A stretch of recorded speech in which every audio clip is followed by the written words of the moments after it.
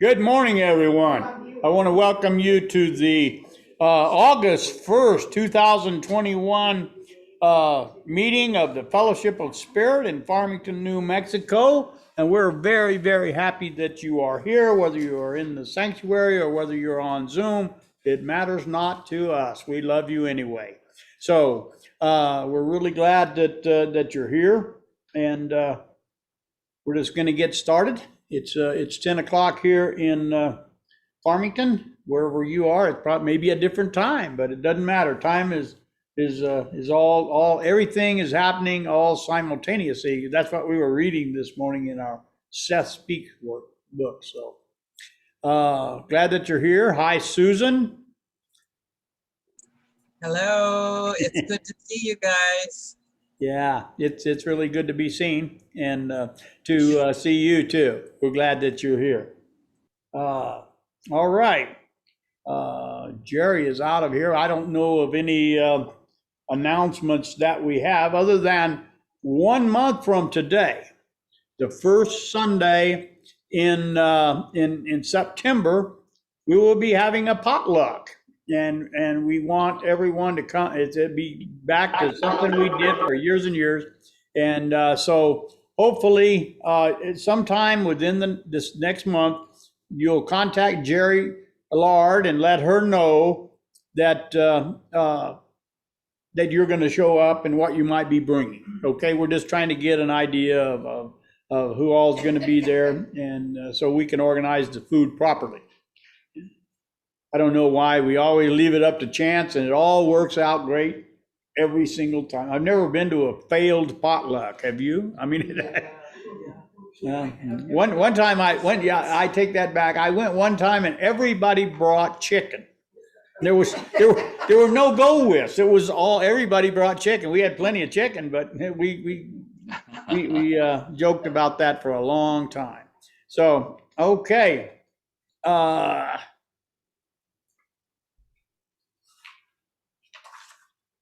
So, I'd like to start with an opening prayer. Does anyone would like to do an opening prayer? Does you have an opening prayer? Carol? Nope. What about you, Margaret? I will if you need. Okay, yeah, sure. Come on over here and we will.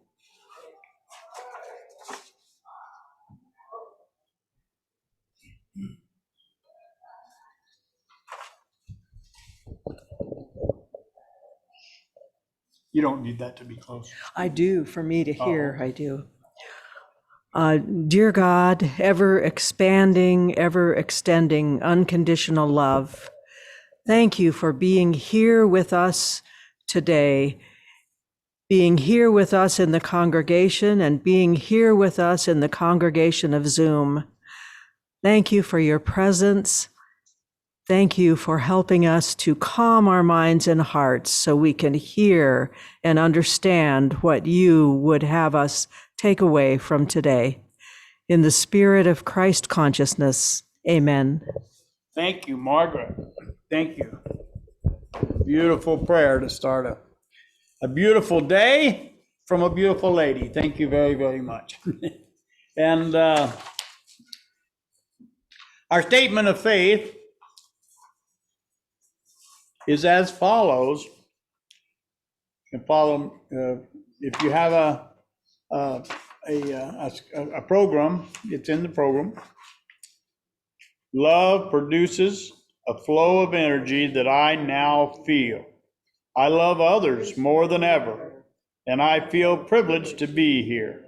Love flows from one person to another as we create an atmosphere of holiness, and so it is. Okay, and now Margaret is going to now play us a song, and I Feel Wonderful, and what number is that? Is number 343.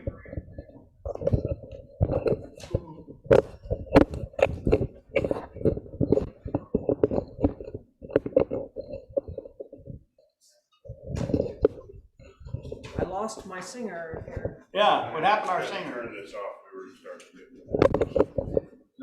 Reverberate. We were. We're gonna sing 343 twice because it's such a short song.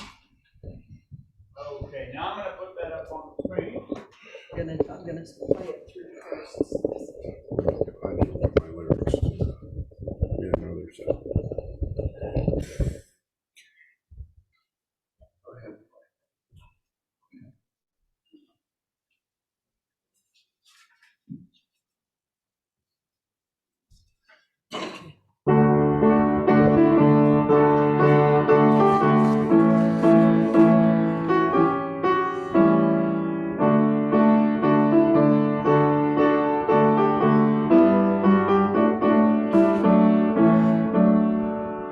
I feel wonderful, I feel wonderful, I feel a glorious day.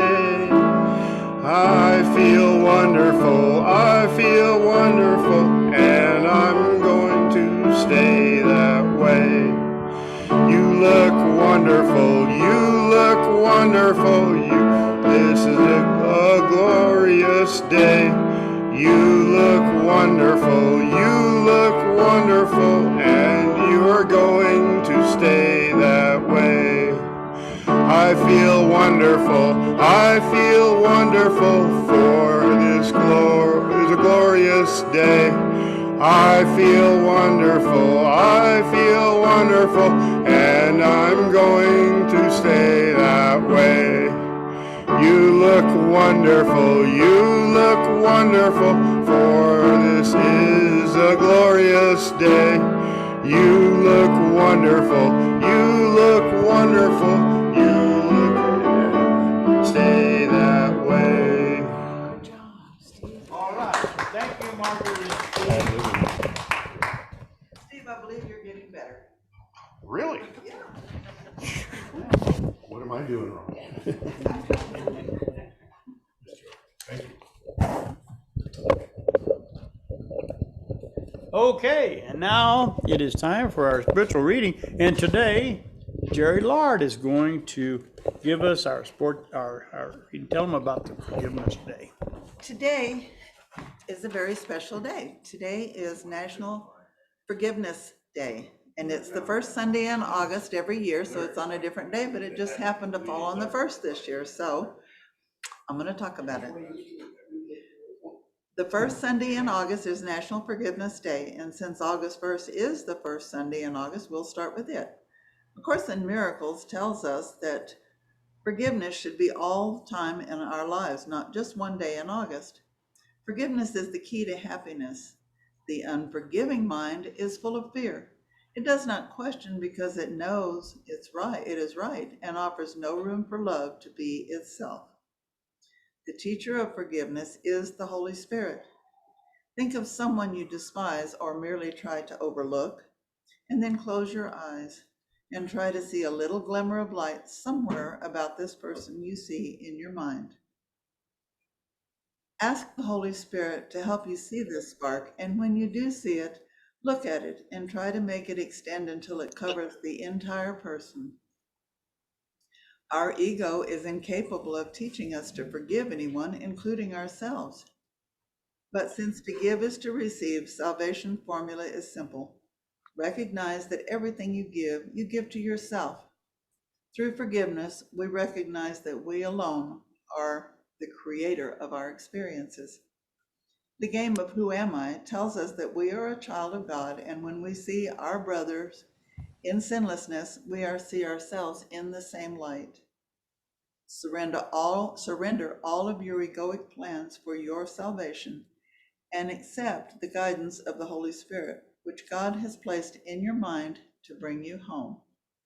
Know that you will receive whatever you ask, so make sure that whatever you ask for includes your own salvation. When you attempt to keep someone in the prison of your unforgiving mind, you, as their jailer, must remain in that same prison to guard against their escape. Today, I learned the law of love, that which I give to my brother, I give to me.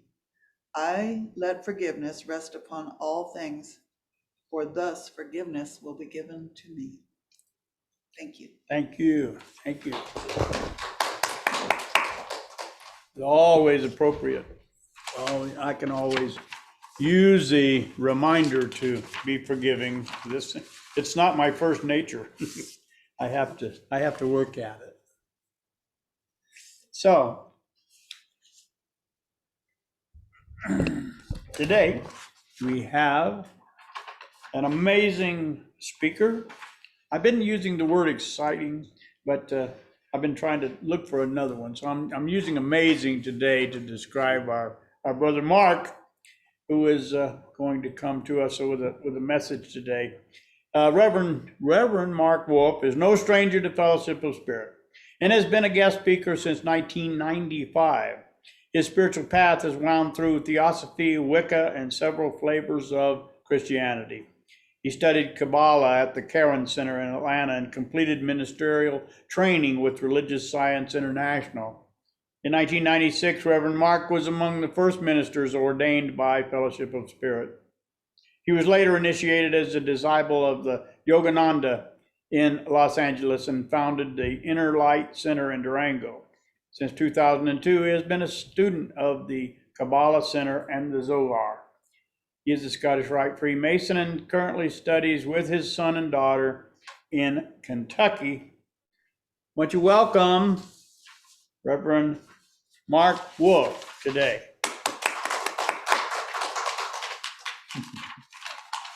Good morning, everybody. Can you hear me okay? Yes.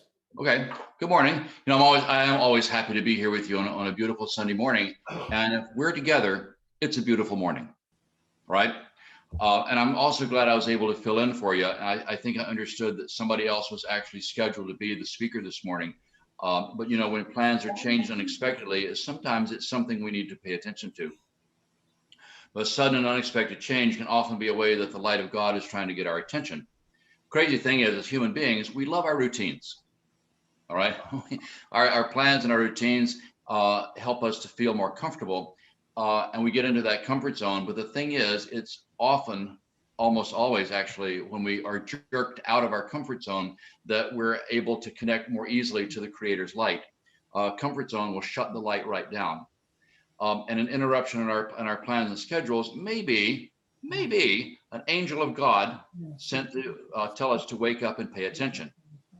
But is it possible that a simple, unexpected interruption in our routine could be an angel of God? Well, let's talk about angels. Let's talk about angels, but in a new way, a way I suspect you've never heard before. Now, here's the thing. This is going to be a Bible lesson with a lot of references in both Old and New Testaments, and so some of them which are obscure. And so if you think you might want to take a second look at these references, which I would encourage you to do, go ahead and grab a pencil and a scrap of paper right now so you can jot down some notes. The first thing I want to share with you regarding a new understanding of angels is to recommend a book to you. This book, let's get it right here. This book, Angel Intelligence by Rabbi Yehuda Berg, is a very interesting overview of the subject of angels. It's an easy read, and I promise you'll come away with some new insights and some wisdom that you didn't expect, as well as knowledge of some angels and how to connect to them. This is available on Amazon, and it's also available at Kabbalah.com. It's KABBALAH.com, Kabbalah.com, and it's Angel Intelligence by Yehuda Berg. Okay, so let's get on with it. The first thing we need to do when we talk about angels is to remove the word angel from our vocabulary. All right? Because the word angel has so many connotations for us in English that, you know, you think about little chubby cherubs, or, and I'm wearing my angel tie this morning. This is from the Boston Museum, and it's Renaissance angels who were very blissfully floating about, taking stars into their correct places. Excuse me. Or angels can be multicolored, etheric beings with new age kinds of wings and all of this, everything in between. All right, and I think that the word angel has become more of a distraction to us than a description. And so we're going to get rid of it. Angel, the word angel, is a shortened form of the Latin word angelus. And angelus originally meant a messenger, and as such is a good translation. But as we'll see here in a few minutes, Latin names in Hebrew documents just beg for misinterpretation. Now, in Hebrew, there is no word that would translate as angel in the sense that we've come to think of that. That's the crazy thing about it. Hebrew has no word for angel in the sense that we've come to think of that term. And since Hebrew is the language of the Old Testament, let's take a look at this idea of angels in Hebrew. In Hebrew, the word is mala'ach. All right, you got that? Mala'ach. It's a really fun word to say because you got to get your throat into it. Mala'ach. And mala'ach is simply a messenger or a deputy. Okay, it's nothing more complicated than that. A messenger. Basically, the mail carrier. All right, the driver of the Amazon delivery van. We're all happy when the delivery van shows up, right? That's the mala'ach. The electrical currents that carry electricity across the synapses of our brains, or the light from distant stars that brings information, those are malachim. Birds, okay, this is interesting. Birds are known to carry messages from God. In that, when they do that, in that instance, in that time, they are malachim. Now, sometimes people want to know, they want to ask a question. They say, has my departed loved one become an angel? Okay. The answer is simple. The answer is yes and no. You're waiting for that, weren't you? If that departed loved one appears in a dream or a vision, to bring information or guidance or comfort or help of some kind, then in that moment, okay, in that moment, the loved one is acting as a mala'ach, a messenger or an angel. Now, perhaps the departed loved one presents an unmistakable sign. Many of us have experienced this, an unmistakable sign to show us that they are alive and well and aware of us. And that's being a malach, a messenger in that moment. Okay, it's like they're just working part-time. But there is also a class of spiritual beings, a species, if that makes sense. These are the full-time messengers. Okay, the full-time trained professional malachim, God's trained professionals who do nothing else besides carry light and information across time and space. Okay, that they are created beings, created messengers who are created specifically for that purpose. Now, here's the thing. Here's where we're going with this. They were created just like we are. Okay, they're created beings. They have the same Heavenly Father that we have. Okay, and in that sense, the malachim are our elder brother. Okay, grab hold of that concept. It's important. And we read about this in Genesis. Here's your first reference. If you're taking notes, Genesis chapter 1, verses 20 and 21, we read about the creation of the birds that fly above the earth. But when we remember that the Bible, most specifically these opening chapters of Genesis, must not be read literally, then we realize, as the teachers of the Kabbalah have told us, that this refers to the creation of the angels on the symbolic fifth day of creation, and that makes them our elder brother. Now, in that sense, our departed loved one does not become a full-time messenger, even though our loved one may occasionally work part-time in the message department. The teachers of the Kabbalah tell us that only one human being was ever allowed to become a full-time messenger. That was Enoch. Okay, Genesis 5:24, note takers, Genesis 5:24.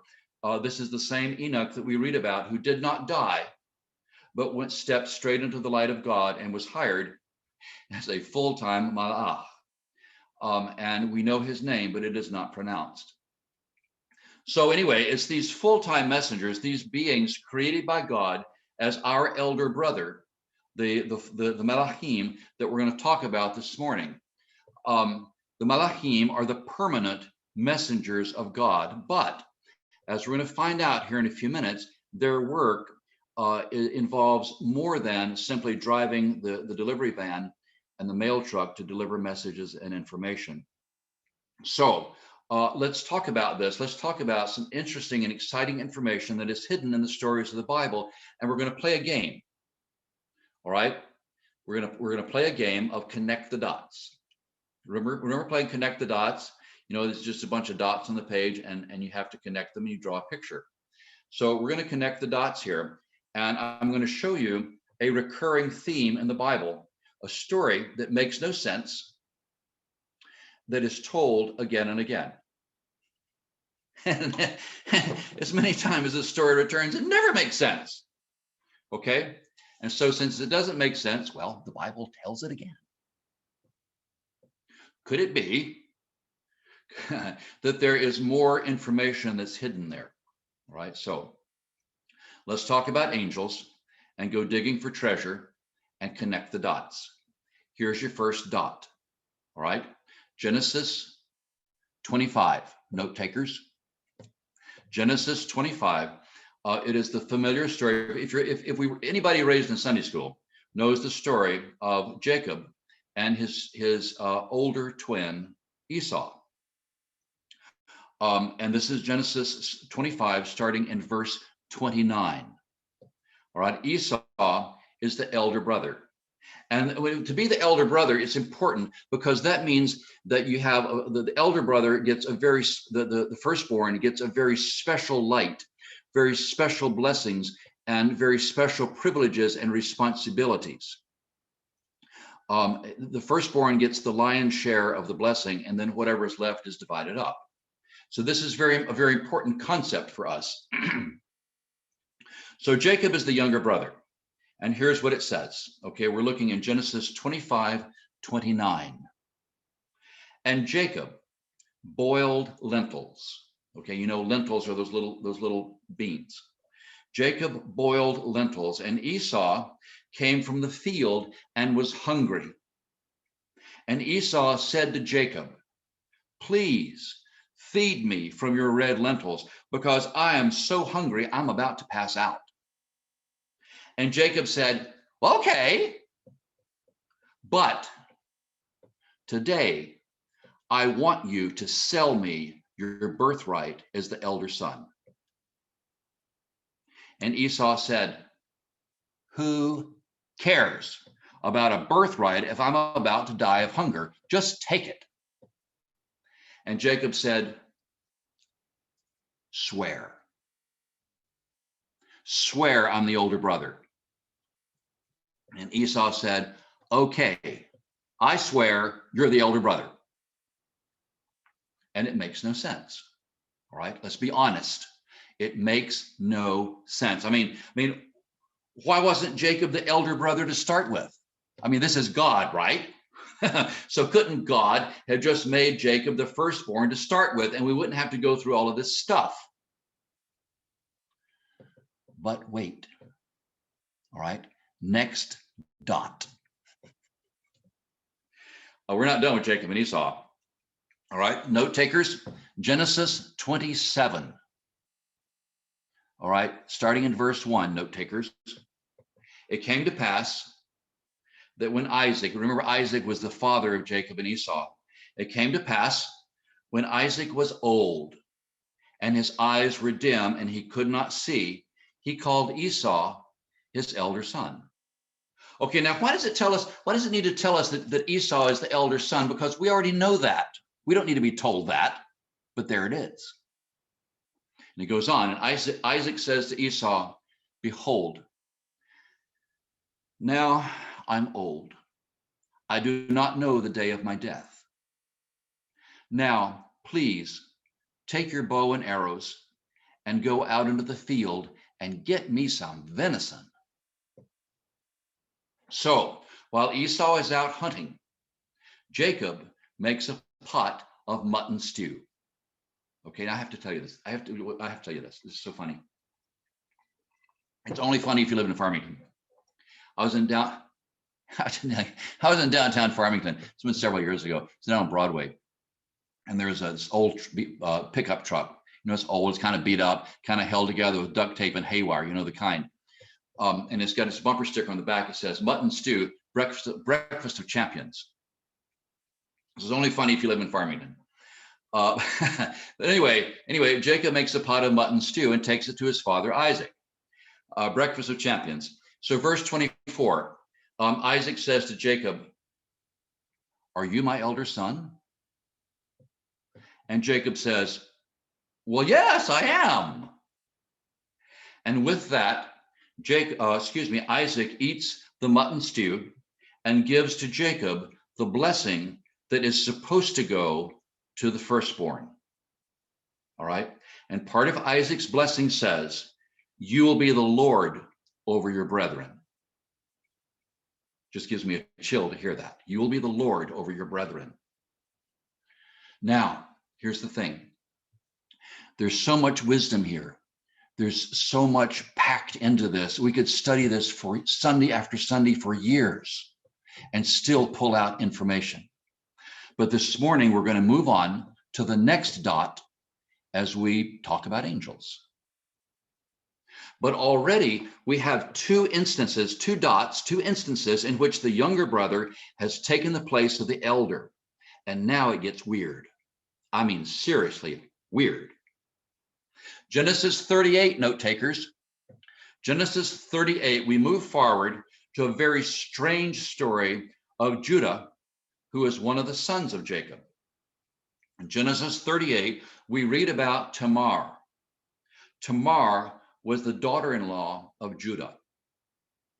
Tamar dresses herself to look like a prostitute.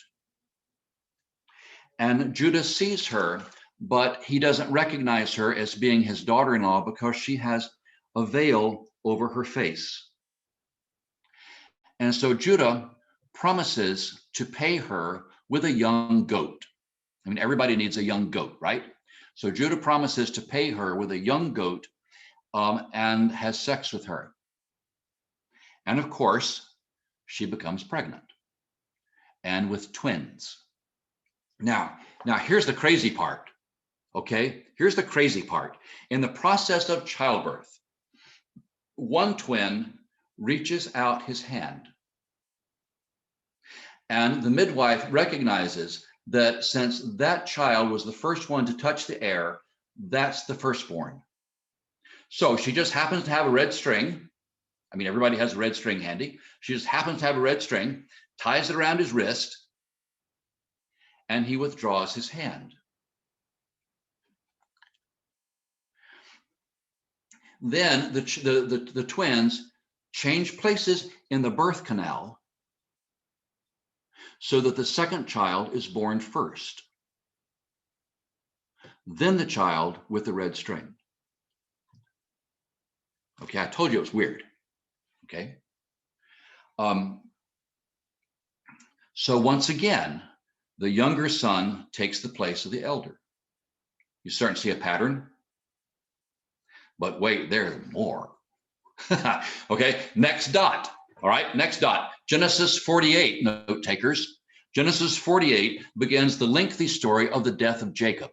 All right, Genesis 48, verse 10. Jacob's eyes are dim and he cannot see. Sound familiar? And so Joseph, who is Jacob's 11th son, comes to visit Jacob on his deathbed. And Jacob says, "Who did you bring with you?" And Joseph says, "Dad, these are my two sons. This is Manasseh, who is my elder, and this is Ephraim, who is my younger son." And Joseph says, "Dad, I brought them to ask for your blessing." And the blessing is a big deal. It's a big ceremony. And Jacob is very happy to bless the grandsons. And so Jacob promptly gives the blessing of the firstborn to Ephraim, the younger son. And Joseph, it's a funny story. Joseph is obviously knowing. He says, no, no, no, Dad, you got it all wrong. You got it backwards. You're giving the blessing of the firstborn to the younger son. You can't do that. And Jacob says, I know. I know. Your first son will be a great man, but his younger brother will be greater. And with that, Jacob reversed the birth order of Joseph's sons and made Ephraim the firstborn. Next dot. Exodus 4. Note takers. Exodus 4. 2 brothers. Aaron is the firstborn. He is 3 years older than Moses. Okay, and we know that's very specific. It's spelled out for like, okay, who needs to know that? Exodus 7:7. 7:7. Exodus 7:7 is spelled out, and it says that Aaron is 3 years older than Moses. So Aaron is the firstborn, but who gets to be the deliverer of the children of Israel? The elder son, right? No. It's the younger son Moses, that is played by Carlton Heston. You know, and the elder son, I mean, who even remembers who played him in the movie? You know, it is Moses who gets played by Carlton Heston, and it is it's Moses that the entire the Torah really revolves around. The younger son takes the place of the elder. Now, Aaron does go on to be the high priest in the tabernacle, and it is he who maintains the connection with the light force of God, but it is the younger son that the story is written about.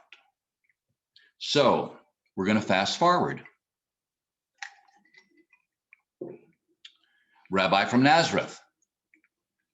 Rabbi from Nazareth has his own story to tell about the younger son who takes the place of the elder. And this is in Luke chapter 15, okay? Luke 15, note takers, the parable of the prodigal son. This is a beautiful story. It's familiar to all of us who grew up in church.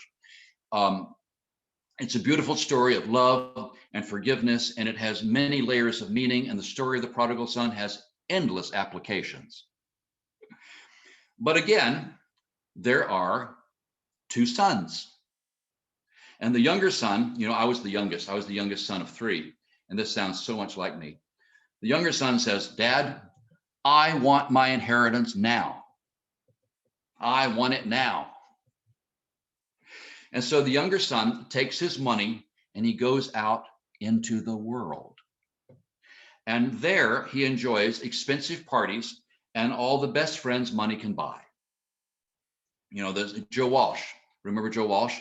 Joe Walsh put it in song. He said, I go to parties, sometimes until 4. It's hard to leave when you can't find the door. So anyway, that was the younger son's story. And so once the money is gone, so are the friends. And alone and hungry and seeing his mistake, the younger son goes home. He says, Dad, I did a foolish thing. And, you know, look, I don't even need to be your son anymore. Just let me work in the field with the hired hands and let me work for a wage. And that's more than enough. And the dad says, nonsense. Servants, quick, get some shoes, get some nice clothes, get some nice jewelry. This calls for a party. Now, here's an interesting part. This is an interesting detail that the rabbi gives us. He says, the elder son is out in the field with the hired hands. The elder son is out in the field like Esau was out in the field. And the elder son was evidently not invited to the party. And so the elder son comes in and he says, now, wait a minute. Look, I never left your side.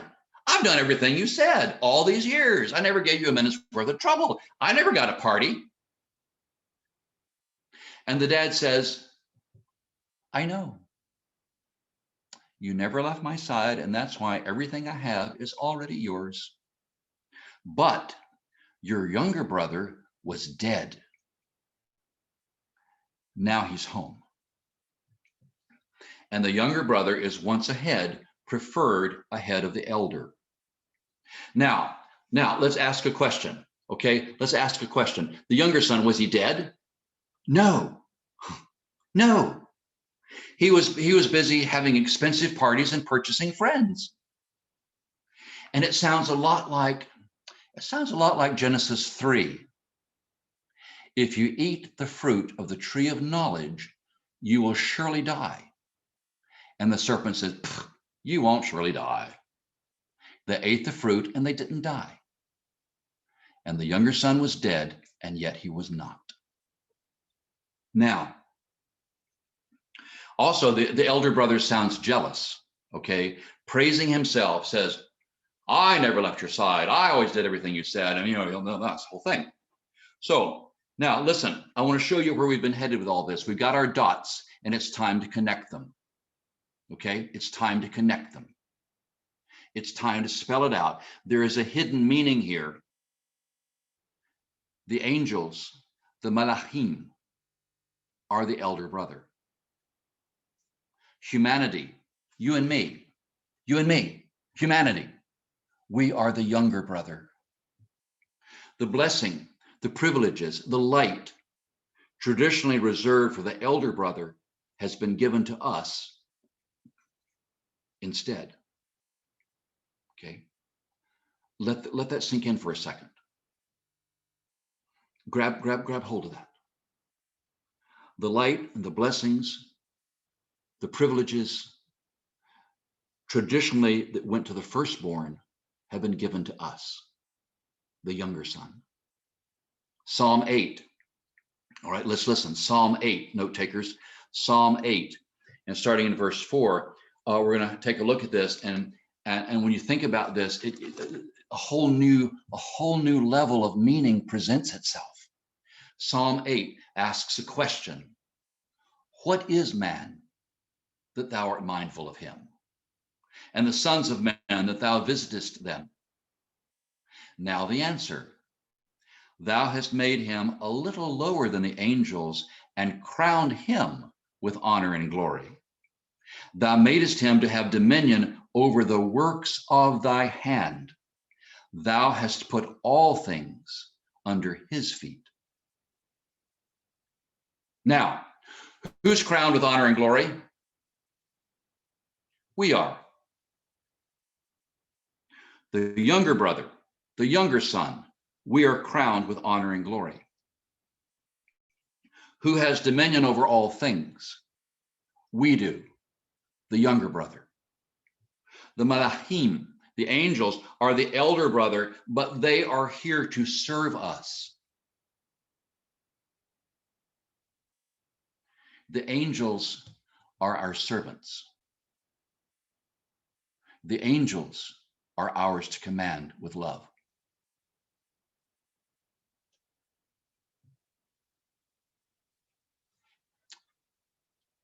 One angel said no. All right. One angel said to God, no, I refuse. I will not be a servant to the younger brother. I refuse, and you can't make me. So there, showed him. And traditional religion says that we read about this angel, this malach, in the book of Isaiah, chapter 14. Take a note, Isaiah 14 and verse 12. Let's listen. This is important. It says, how art thou fallen from heaven, O Lucifer, son of the morning? Now, the problem with the traditional interpretation of this is that this passage in Isaiah 14 was written about the king of Babylon. This passage refers to the fall of Babylon and the destruction of the Assyrian Empire. All right. Lucifer is a Latin word. It's a made up Latin word. So here's an idea. We could put a made up Latin word in the English translation of a Hebrew document. I mean, what could possibly go wrong? Lucifer is a curious translation of actually a very curious Hebrew word. The Hebrew word is Helal. All right. Helal has a lot of unrelated meanings, some of which have to do with brightness or clear light. But Helal, listen, Helal has the same root as halal, which means to praise. Helal has the same root as Hallel, which is a praise that is recited on the morning of the new moon. Halal is to praise, but halal is more like to praise yourself. All right. Now, one angel, one malach, did say, no, I won't. I will not be a servant to humanity. And this refusal, okay, listen, this refusal created a fallen level of consciousness. And this angel, along with some others who also chose to refuse, forfeited their place before God. This angel's real name is not Lucifer. No, that name is known, but it is forbidden to pronounce it. Now, did this angel get away with his refusal? No, not at all. The story of this angel whose level of consciousness fell is told in Genesis 3. All right. The consciousness of this fallen angel became part of each one of us individually when we chose to have the tree of knowledge rather than the tree of life. It is this angel became within us the angry, judgmental, reactive, selfish part of us. This angel who refused to serve has become the greatest servant of all. It is he who affords us the choice to exercise our free will and our ability to choose. It is he who gives us the opportunity to choose, if we choose, anger over love, judgment over acceptance, conflict over peace, selfishness over sharing. Without this servant, we would have no free will because we would have nothing to choose from. There'd be nothing to choose because all there is God, and God is love. So what are you going to choose? Well, let's see, on one hand, I got love, and on the other hand, I got love. We would have no free will. And so this morning we see that the younger son has been given authority over the elder. That means the angels, the malachim, are here to be of service to us, waiting our command, waiting for the command of love. Now, I'm going to shift gears here for just a second. And speaking of shifting gears, I told my son about the travel angels. I want to tell you about the travel angels. My son is starting to learn how to drive, and I said, son, you have to keep your car in working order. Headlights work, taillights work, brakes work, and when you drive, you drive alert, you drive sober, you drive focused. That's how it's done. You always look. If somebody wants to cut in front of you, you make room for people. It's no big deal. No big deal, right? But as much as we look, we don't always see everything we need to see because we're human beings. That's why I said you always evoke the travel angels for safety and protection. And those blessings of safety and protection are never for yourself alone. But those blessings of safety and protection are to share with other drivers, pedestrians, and animals, so that everyone that you meet is blessed because you are. The angels are ours to send before us through time and space, to prepare our way in safety and light and peace, to prepare our destination with love and joy and welcome. The angels are ours to help us learn the ways of God. The angels are ours to send forth to other people for healing and comfort. The angels are ours to send out to surround our children, no matter how old they are, with protection and right direction and good choices. The angels are waiting for our command.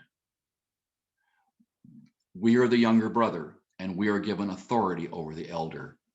The angels are ours to summon for help and guidance. The angels are here to facilitate miracles, to facilitate healing, right timing, right connections, and synchronicity.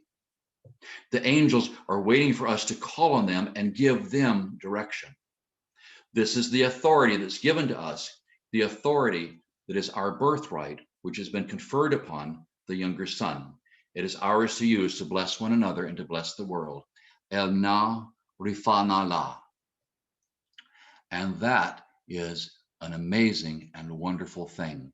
Thank you for listening and for being here. I love you. The angels bless you. Oh, thank you. Very, very, very good. Thank you, Mark.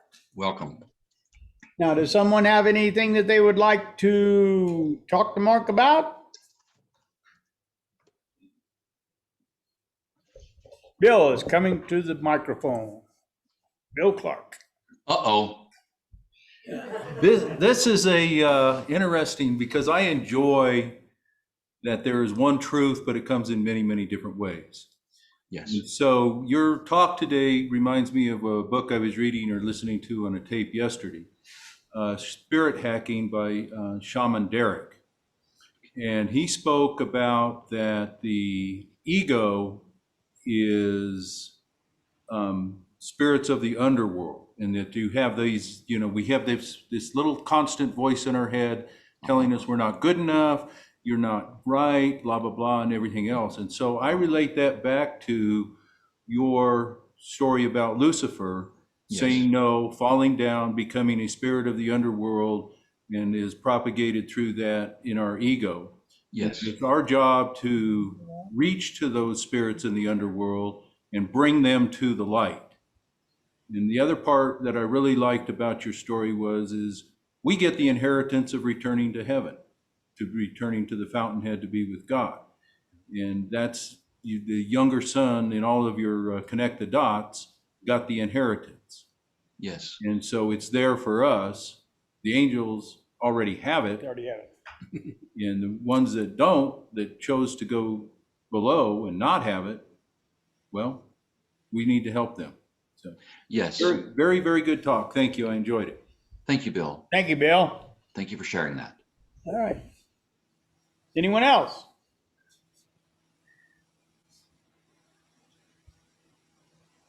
Well, Mark, we thank you, and it would you lived up to our expectations, which are pretty high. But you always come through with new and exciting information, and we appreciate that. We love it, and we thank you for coming to us today. Thank you. So, okay, what do we do next? Is celebration of abundance. Who has the I think you want to get it, Bill? I can do that. Sure. We're going to take up a collection here within the thing. And today, again, we have more people in the church than on Zoom, which is good, is really good.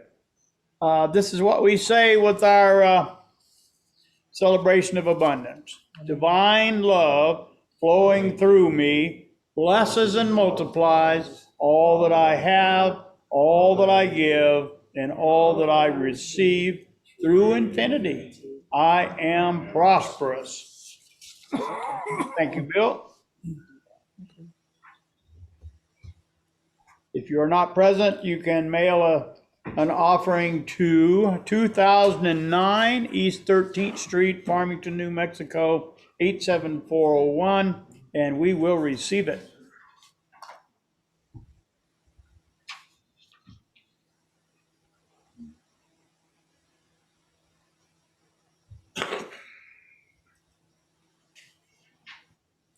I'm getting my my next song ready. 326. No, not on my computer. No, I gotta dig it out.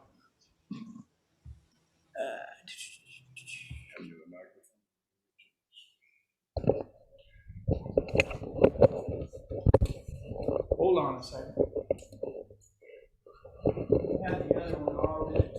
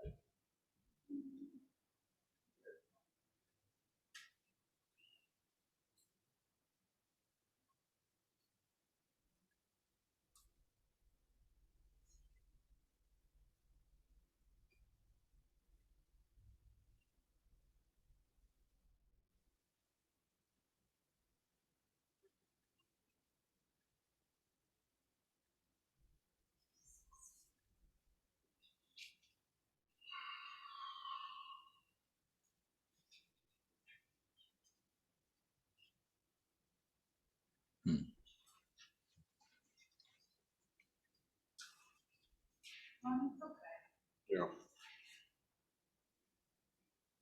The lyrics are kind of repetitive. Yeah. It says, I'm going to sing when the Spirit says sing. The second verse says, I'm going to shout when the Spirit says shout.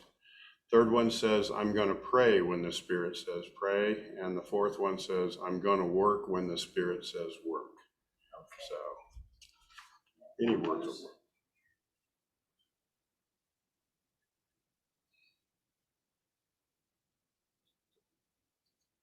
There. You got it. All right. Okay. A little slow, but I'm sure.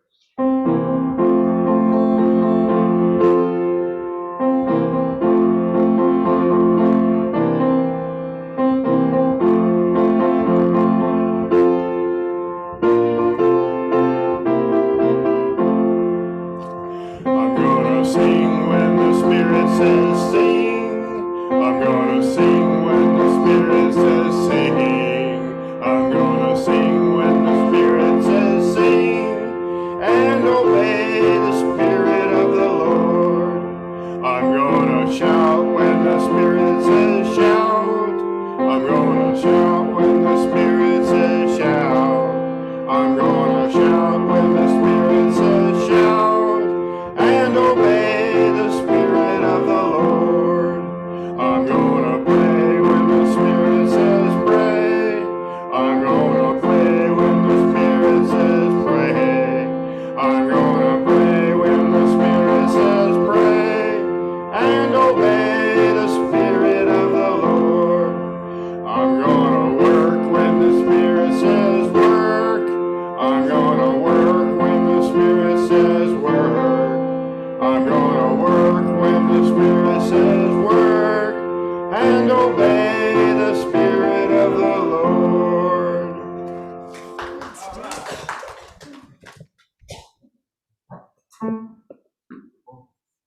Instead of speak, yeah, all right. Thank you.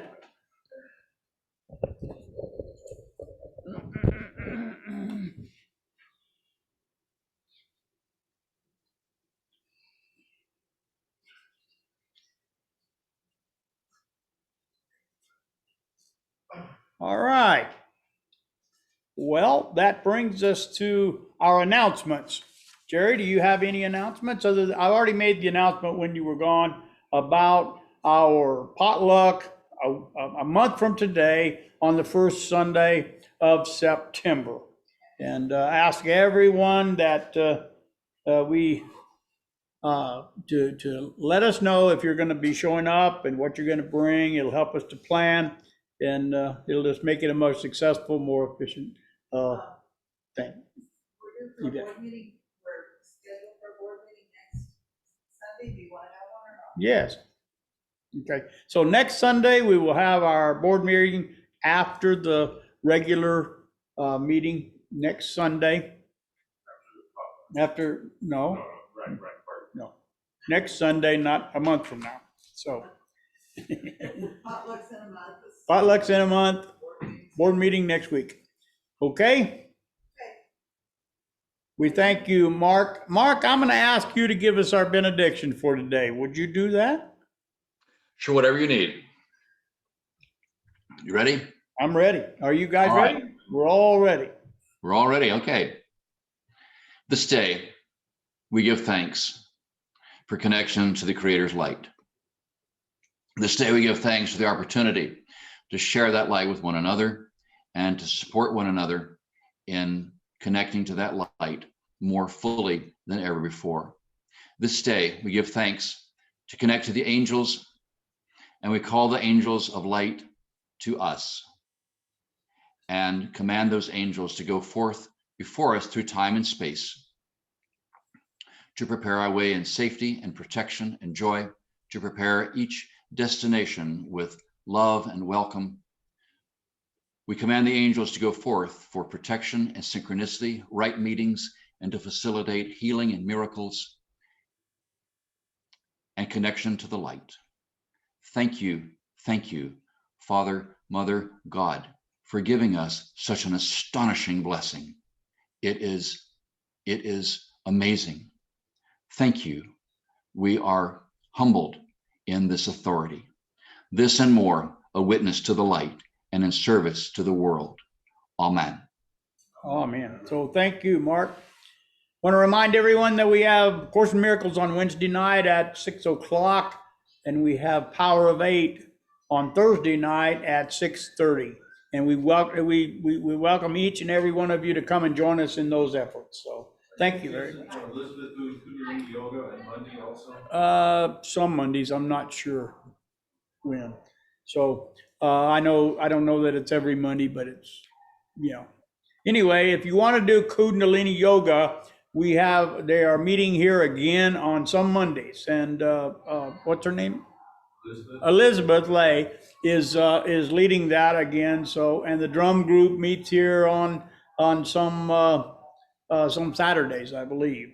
But if you're interested in doing those things, we can make that information available to you. So just get in touch with Jerry. She knows everything. So, okay. So anyway, may the Lord bless you and keep you until we meet again. And just go in light and love. Thank you very much. I'm going to stop the recording. Unless someone has anything else. Anybody have anything else? A big thank you to you, Ron, for all the time and dedication that you do. Yes. Well, thank you. It is my honor and pleasure